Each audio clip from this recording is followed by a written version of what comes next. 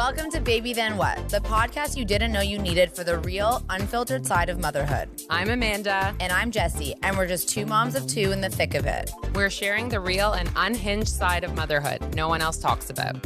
If you've ever said, I had a baby, now what? You're in the right place. By the way, you're doing amazing, even if no one said it today. Welcome back to another episode of Baby Then What. We are excited today because I'm really excited. this is one of Amanda's probably last episode she's gonna film pregnant, which is crazy. Yep, it's been in triage the last 2 weeks. Yeah, time. she has some medical issues.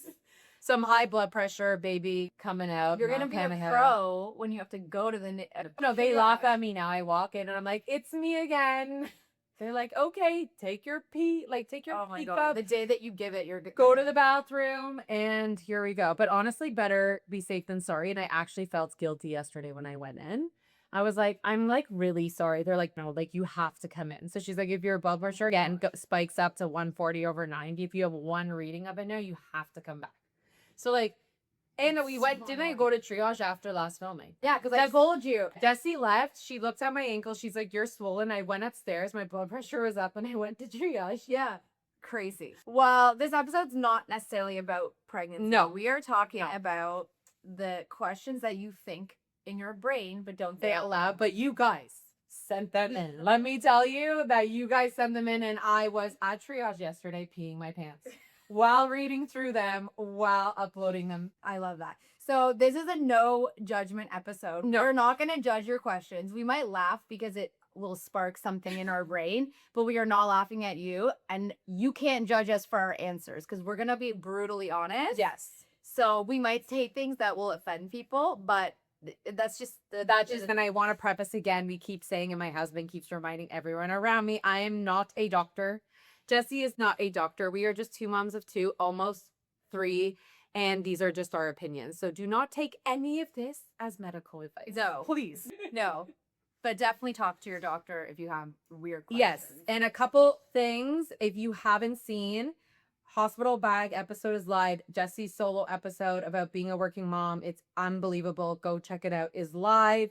Our 0 to 1 to 2 episode and almost 3 is live, and a really amazing episode if you are just starting out, just found our podcast, is an OB versus midwife episode where we get into all things. That might be one of my favorite ones we've ever recorded. Yeah. It's so good. Yeah, I it would is so have good. died listening to that. If We I- would have loved to know what was going on. So those are all live. Make sure you hit subscribe so you don't miss out on an episode, especially part 2 from today. But that's enough ranting from us, and let's get into your questions. So we themed it out. Some of the big themes that we're going to talk about are guilt, identity, relationships, overstimulation, and am I a bad mom thoughts. So all the things that moms ask and Yes. think, but don't say it that. So Yes. first question, am I selfish for leaving my 18-month-old with grandma for a week so I can go on a trip with my hubby? Absolutely not. Yeah. No. No guilt. You should not feel selfish for No. doing that. You need that. You will be a better mom when you have a break. Whatever. Better family. mom, better wife, better partner, all the above, better human. If you don't do that, you and your husband, I think, will slowly, your relationship will probably continue to deteriorate. I've I never agree. heard state, but take the fucking trip Have fun. and your kid will be fine. Totally fine. They won't care. I promise you. 18 months. And they'll be like, yeah, 18 months. No. Yeah. I think fucking grandma's probably gonna do everything. So Exactly. you're all good. Okay. Okay. Am I the only one who feels terrible when I yell at my kids when I'm overstimulated? Definitely not. I think my husband's actually the worst with this. He yells, which I'm so happy he does, because the two boys, you gotta put them straight and everything. The guilt that comes over after him, he's like, okay, come and give me a kiss now. Yeah, you do feel bad. It is so normal. It's so normal. I feel like I've reacted. I have a very reactive personality. Something happens and I'm yelling. And I definitely feel that in this season of life when you're overstimulated, whatever patience or things you would try and do, you don't have that. No. So it's normal to have these reactions, and then it's normal to feel upset And want to hug because them we and didn't kiss them want to and do feel it. bad. But you know what? The biggest thing that I learned also was we in our generation now apologize. Yeah. Did you like, I don't think my mom or dad ever yelled at me and they were like, I'm sorry for yelling at you. Come give me a kiss. It was like, yell, move on, as if it never happened. Whereas now we're kind of like, I'm sorry for yelling. This is why I yelled at you. It's such a good point because some of what I've read from like child psychologists or whatever, they said the best thing to do is repair. Yes. So if you damage by yelling or grabbing or whatever, all the things, you have to repair, which is giving them a hug and talking about it. Yeah. And everyone, as much as they yell when they're overstimulated, Right. you yell because you're overstimulated. But it's definitely normal. I don't know any mom that like literally does not yell at her kids. I'd feel bad. And Astria, she's an alien. So go find new friends. Okay. I don't know. Okay. Next. And will I stop resenting hating my husband? I promise you will. I promise. Or might not. I promise you will, or you might not. But that definitely goes into waves. Yeah. We have a full episode on that. I think it really depends what you're resenting them for. Fair. There's a window that I always talk about, like right after giving birth and like probably after your second, where like it feels very like they're not doing enough constantly and everything they're doing is wrong. And Or asking, or like, what can I do? It's like, just shut the fuck up. yeah. But if that doesn't go away after a couple months and you still feel like you're in that cycle, then you need to address it because then it won't go away. Yeah, I agree. So I think it depends your situation. And I think it depends how open you are with them. So next time you send it in, tell us the situation. So we Yeah. can really. Yeah, give us Then some context. We need some more context to that. Okay, Because this is a two-parter. part 1. Do you have any deep insecurities? I recently developed one, and it's the point where it's hard for me to be present and focus on what truly matters in my life. I totally align with this because I feel like before you have kids, you kind of have one or two focus in your life, right? Yes. Like you want to get married, you want to have a career, you want to do whatever hobby or passion that you have 100% within reason. So like your time can feel split amongst these things. Then all of a sudden you have Humans. all these other things and now you're like questioning what's important in your life. Right.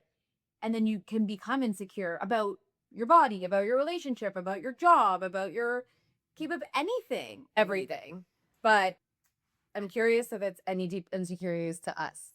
No, but I think the question also is like it's causing you to be present and focus. I find, especially in a technology era, Yes. like I'm always Judging like- yourself. and I feel like I always could be doing something more. Like, Yes. I always feel like I could be on my phone and texting a friend back or texting, and it's like distracted. Well, it is. Social media is telling you can basically do every single thing. Yeah. 24/7. So it's without taking a break. 100%. I feel like the best thing I've done is really you have to actively work on it. Yeah. The only way you get past that kind of stuff is to actively work on it. You literally have to retrain your brain to be like, I'm focusing on my kid. If you have to physically get stuff out of your life, Do it. but it's really hard. It's a constant, it's like a hamster wheel. And pick one thing and focus on one thing and then move on to the next. Don't like as much easier, like it's so much easier said than done. But like, if you're like, I'm really insecure about this specific thing, try and work on that before the next. And if you're in the position where like you don't want to go back to work because you feel like it's stupid compared to your baby, that's a very real feeling too. And a lot of women go through that, especially if they're in a job they don't like. Yes. Or they're running around trying to like just deal with it all. So you need to, this is like where you have to do some deep, hard internal work. Yeah. It's You hard. go to like one of those like retreats. Yeah, or like, but also like don't follow those Instagram accounts that are like, I quit my job and I hang it on because I don't actually know what they do. No. How do they make money? I don't know. They're running these Instagram accounts. I don't know. I don't really know if I believe that. But That I agree with. Jessie will come up with it. Stay tuned. Okay. Why Okay, am I this- more anxious during my second pregnancy compared to my first? I will answer that. You know too much. That is why you are anxious. This is my third, and I've never been more anxious in my life. I'm like, this is happening or this is happening. I literally have a comparator. I have a comparison of everything. I just told Jessie, I go, I think my mucus plug just came out, and I went back to December 31st when I took a picture of it and I gave birth the next day. Oh my God.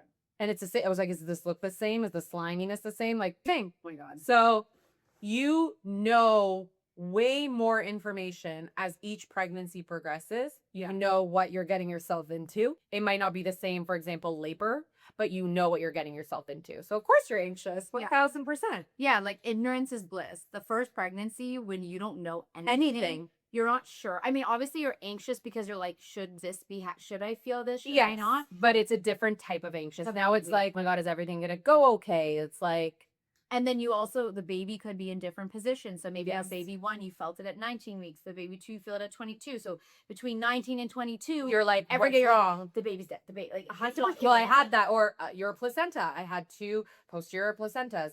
I had an anterior placenta. They like keep asking me, do you feel the baby? I'm like, yeah, just on my sides. I feel nothing in the front. Right. No, it's crazy. So it is so normal for that. Okay. I agree. Want one kid to not have to be pregnant. Again, but want to because love my kid. How do? I'm sorry. What? They're asking that they think they want to have a second one. But they don't want to be pregnant or postpartum. Well, I don't know what to tell you. Like, you're either getting a surrogate or adopting. I don't know what to tell you there. Okay, moving on. 8 months in, when does it get easier? I read the cell yesterday. I was like, the questions are so funny. He's literally started to laugh. He goes, tell them it never gets easier. I was reading him. I was like typing it out. I was like, these questions are getting funnier. No, I get that. But easier in what way? No, I think right now in 8 months, if I can remember back, and you'll be there soon, is that you're probably immensely sleep deprived. Because even if your baby is sleeping now, Yeah, which most there's there are all those months ahead of time that they weren't sleeping. Your hormones are still fucked. Yes. It's your first baby. All of it's new. Yes. They're not really at the stage where things are so fun yet. No. Like Benny right now is 2, and it's fucking hilarious. No, we had the best son on FaceTime yesterday. So it's not that it gets easier, but I think things become more fun, and Yes. the physical burden of all of that stuff.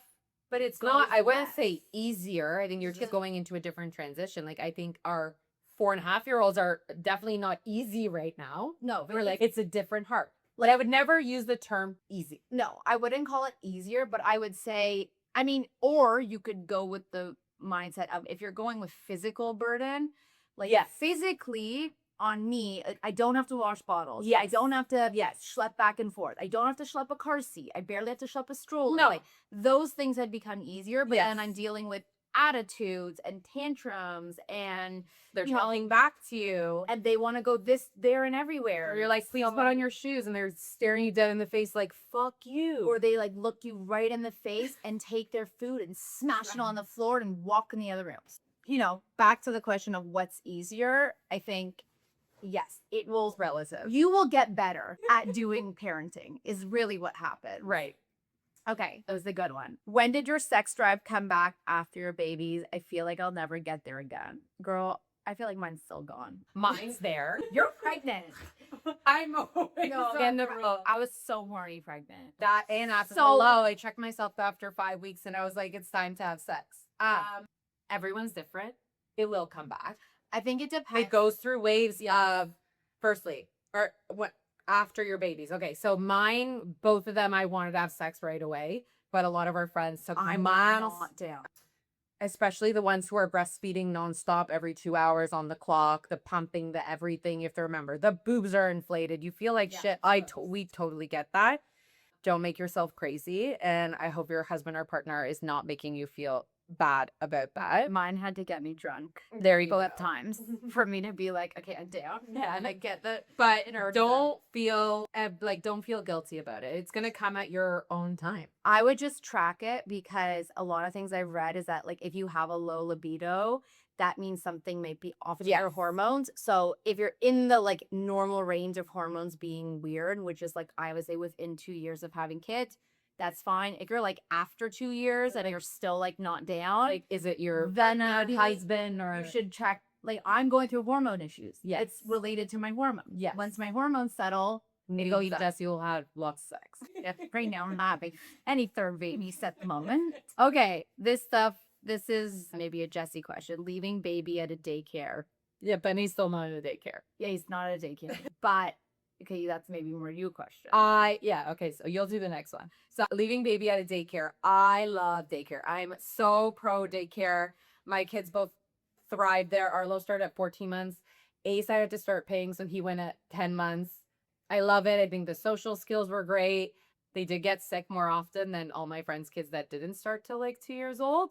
But so far, You also so went to a good daycare, which Yes. makes a difference. It's also a prouder one. It's across the street from my house. So she was close by. I would say the biggest challenges I hear people doing it is around the age 2. It's harder. It's hardest. Yes. I would say if you're gonna leave it at daycare, go earlier. Like friends that have left their kids at daycares at like 1 They're fine. are fine, and well, older are he's fine. like talking to. And then- Yesterday we were on FaceTime with him. He like, you're not fucking good luck leaving him at fucking daycare. I did. I tried to do it for March. Yeah, and he was like, fuck no. Yeah, because he wants to hang out. He fully is a capable human talking to you. At 1, they're like, yeah, sure. But then if this is from the US, which they're leaving their kids at 3 months, Then that's very difficult. that's difficult for the mom. It's difficult for the kid, but definitely I think more for the mom. Yeah. Because they are nurturing. They're feeding the kids. They're like the school that Arlo and A started at last year, or this previous September was the youngest. They have 4-month-old, 3-month-old. right, so which is what they have in the States. So, and they were so cute and they were Look, fun. truth be told, if you're leaving a really young baby at a daycare, they're not really doing anything. No, they're doing exactly what you would be doing. They're just caring for your baby. Yeah. It's the same as it's your choice of doing daycare. You're getting a So- nanny at home. Exactly. Like I had a nanny, so she well, not at 3 months, but at like 6. Yeah. And no, they're just mimicking like what you would do. So just find one that gives you lots of updates with photos and this thing and that. They're Exactly. willing to accommodate. Like if you want to put them on a certain sleep schedule, they Follow should that. follow that as much as I agree. possible. Okay, this one's funny. Retire or keep working, I toy with this every but like day. retire completely. Like, Okay, just like I don't think it means retire, but I think what this is meaning is that you are feeling overwhelmed as a working mom, which is very real and very common. And a lot of jobs and industries don't support working women. Like if you have to leave at 4 p.m. to go pick up your kid, that is like frowned upon. Like the 100%, work day, and unless like that you 5, are- 5:30, 6. Like no, unless you are high up in your work, own your own business. yeah, It's very fucking hard. it's very fucking Yeah, I know one of my friends wanted to not quit her job, but switch jobs. And I was like, you can't right now No. because you are high up, your kid gets sick, or they don't give her shit. I completely Okay. agree with you. She can work from home and they're fine. They're not giving her shit. What new job are they going to take her to where the school is calling when she has 2 young kids and she's the first one going home? Yeah. No, They'll fire her. 100%. If you, I completely agree with you that you don't want to start something new. So if you're going to consider leaving your job, just know that I would wait a couple years till your kids are truly in school. 100%. Like once your kids are both in school or all of them are in school. I think From from like a looking lot at more it now is like I flexibility. see like a grade 1 and like an SK. Even like Arlo's year, like JK's still young. It's Like if still they're young. sick for a week, you're home for a week. Yeah. No, You 100%. So once they're a little bit older, where yes, you can get help, a nanny or a relative that can actually do it, then okay. But until then, I would not be quitting your job or switching jobs. Unless you can quit it for a couple years. Yes. Like if you quit tomorrow, you didn't have to get a new job for 5 years. Yes. Or you could do a side hustle. I think that the other thing is too, there's lots of people doing crazy side hustles Yeah. now. So you kind of have to bite the bullet and be like, I'm willing to take the risk of losing Yes. this job, but you will gain time. Yes. So you have to consider that. Like if you're gonna just go home and sit on your computer and watch shows, that's No. one thing. But if you're gonna, Well, that is the term retired. yeah, but I don't think people actually want to do that. I think No. they're just like, what the fuck is being? Oh, is she kicking? Did you? Boom. But no, Okay. it's a hard decision. Go listen to my working mom episode. Yes, Talk there you lot go. more about that. Okay, 3 things no one tells you postpartum. That's fucking hard. It's fucking hard. You might cry every fucking day. You are so excited. I'm already like in that thought process now. Like I'm so excited to meet this baby. I'm so excited to do labor. I'm so excited for the hospital thing. And I'm like, fuck. I forgot that postpartum is actually the worst thing ever. Yeah. It's horrible. You're home, your boobs are leaking, your vagina's bleeding, your hemorrhoids fucking suck.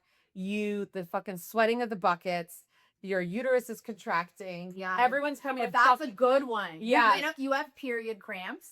Yes, and every After- baby is worse. You give birth Every baby's worse. because your uterus is going like this. So when your kid is sucking on your nipple, or if you hear a baby crying, or in general, it is the most excruciating. There's no epidural given. There's no epidural. You just You have can to take deal with it. Advil, I think. You can take Advil, but it's not the same. No. You're literally having contractions. It's not, yeah, it's a contraction. Yeah. What it is. It gets more to period pain And as it goes it's down. so fucking painful. And then you're like, and then visitors are coming and you're like, it's actually the worst. I'm not gonna lie, postpartum sucks. Yeah. I don't know how to say that in the nicest way. I wish someone looked at me and was like, everything is great, but as soon as you get home, yes, you're happy to be home with this cuddly new newborn. It's fucking hard. Yeah, it's hard. I would say the three things for me are the three hardest things from postpartum for me were not being in control of my emotions. Yes. I was just crying and turn out- happy and crying and happy and I didn't know. It was just all over the Someone place. looks at you and you're like, someone looks at you and I just couldn't.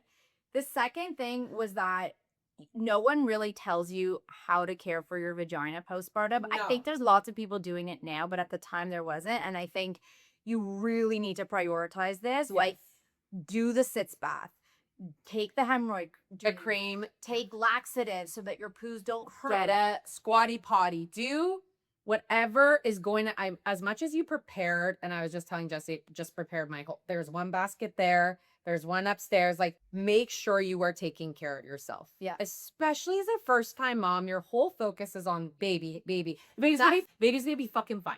Okay? They need a fucking onesie, need a fucking diaper, they're gonna be fucking fine, just put them on your chest. You need help. Yes. You need help. I agree. No one prepares you as the patient. No. Everyone thinks it's baby. Yeah, they come, how's the baby doing? I'm like, ask me how my fucking vagina is. Yeah. I agree. And get a gift for the moms. Yeah. That's it. Postpartum. Okay. What is the last question is motherhood and the joys and the challenges of that. You guys are going real nuts. I'm gonna write an essay over here. The joy of motherhood is that you have never felt a love. It was No. so intense and so crazy. That they always say, I always laugh, like, you're so excited for them to go to bed because you're so over fucking stimulated. You're like, shut the fuck up. And then they go to bed and you're like, please wake up. And you're staring at pictures of them like you're not. No, it's the most, like, if you want to fuck with someone, this is it. Yeah. It's like putting your arch enemy mixed with your most favorite person all in one tiny human, and you're just like, they're like a reflection of you. So Literally. they bring out like your worst and best qualities. 100%. You're looking, you're like, my God, that fuck. I'm in so the- sorry. in I've called my mom and been like, I'm sorry. No, I know. You learn, you know what? You learn a lot about yourself when you become a mom. Yes. Because, and then you also call your own mom and you're like, I'm so sorry. Or like, what the fuck? I also have been like so much nicer to my mom since, because I'm like, what? Look what you did for my birthday parties. That was so nice. Like, I'm thinking 100%. about Oh, all we these were things. because you don't know until you become No, a mom you what don't. your mom has gone through. No. You don't. And You have don't know no what they've idea. done for you, the sacrifices they've made, Yeah. the joy they probably felt. Yes. Like now when I do stuff and for my mom, I'm like, it's just gonna make her happy. I know, Like, shame. No, it's so true. And that we definitely, and we took our moms for granted when growing up, and our kids are doing it now. So we'll say the same thing. Like when they're older, they'll be like, Yeah. my mom did a lot for me. but 100%. But I would say it's like so cliche, but it's really true that like with kids, you will have the highest highs of your entire life. Like you will have moments that you're like, this is not real. No. And then you'll have the same moments on the lower end when like they are hurting or they are upset Or when they're or upset, you want to something is wrong and like you just can't fix it, or like your heart breaks and you're just like, this is fucked up. Like what is going on? Well, they So- say it's literally your heart's living outside of your body. Yeah. And grew these humans, they're outside of your body now. So it's really that like pendulum of stuff, and like all the other things we talk about, it's kind of everything in between. That Exactly. like it's I would never regret having kids, and I No. would have literally 5 if I could, but I'd not. But I would. Yeah. I think I'm good after this one. Yeah, well, exactly. Okay, that's all the questions we had. This is always so fun. Keep sending them in because I think we want to do a part 2. Yeah, no, we have Okay. a part 2 ready Right? to go. We have a part 2 ready to go. So we That made many sure questions. we had a lot of questions. Part 2 is a little bit more savage, I think, also. Okay. The questions are more savage. But Okay, so let's get to the part 2.